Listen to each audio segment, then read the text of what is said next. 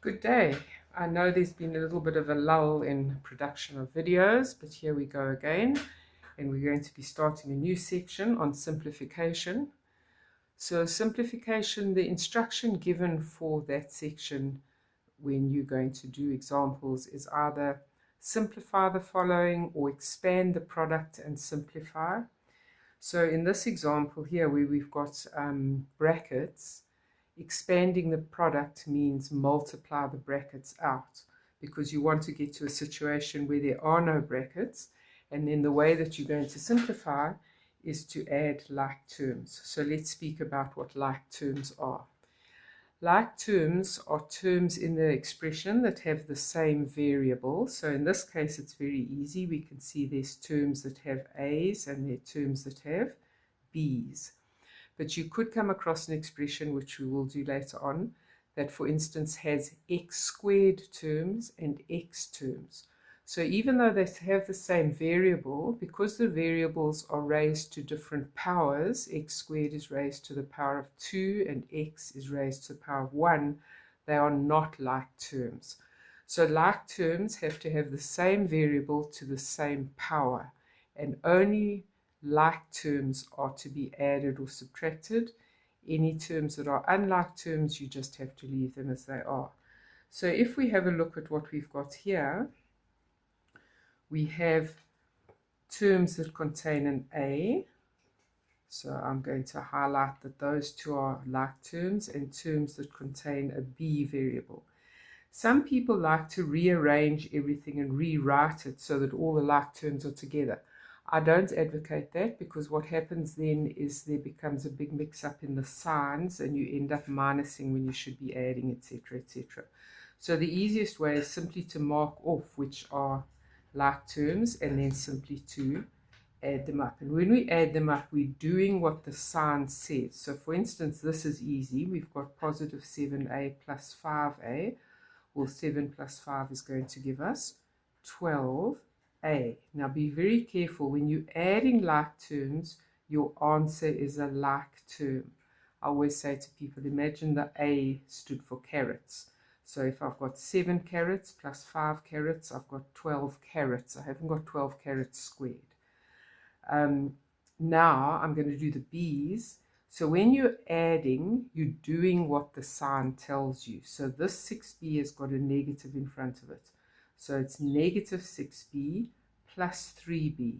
Well, negative 6 plus 3 gives me negative 3, and my like term is a B term.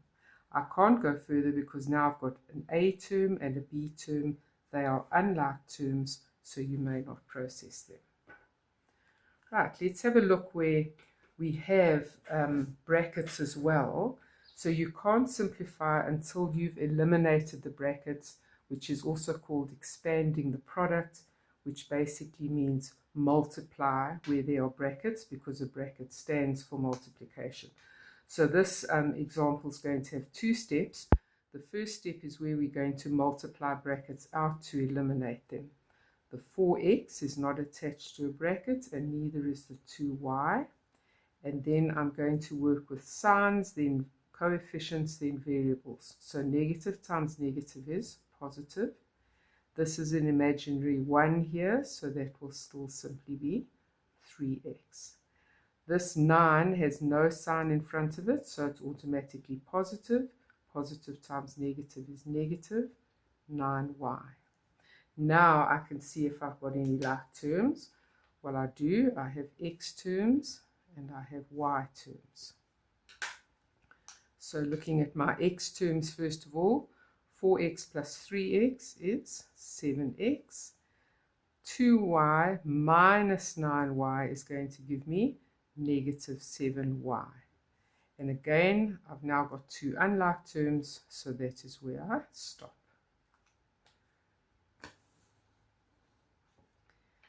Let's look now where what we're going to multiply out in the brackets is a little bit more complex. So we're going to again do signs, coefficients, variables. So this is positive times negative, 4 times 2, a, because there's nothing else to multiply it by.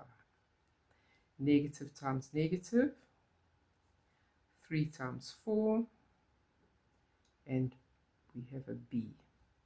Positive times negative, 5 times 3, and there's an A.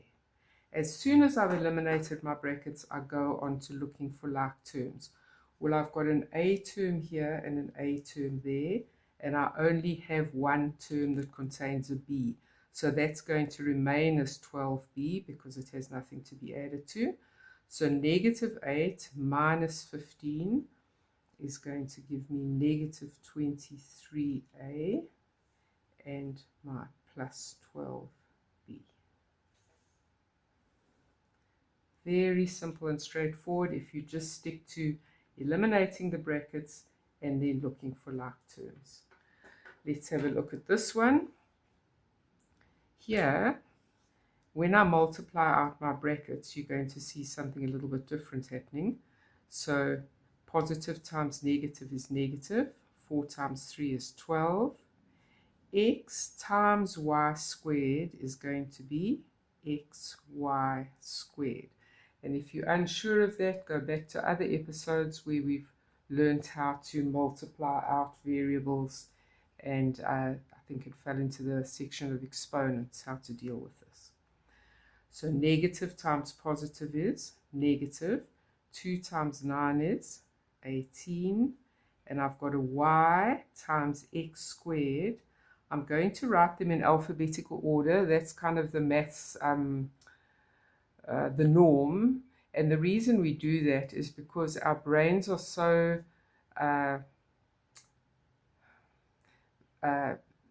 trained to see things in alphabetical order that if we write it as x squared y, programmed, that's the word I was looking for. So our brains are programmed to process things quicker in alphabetical order.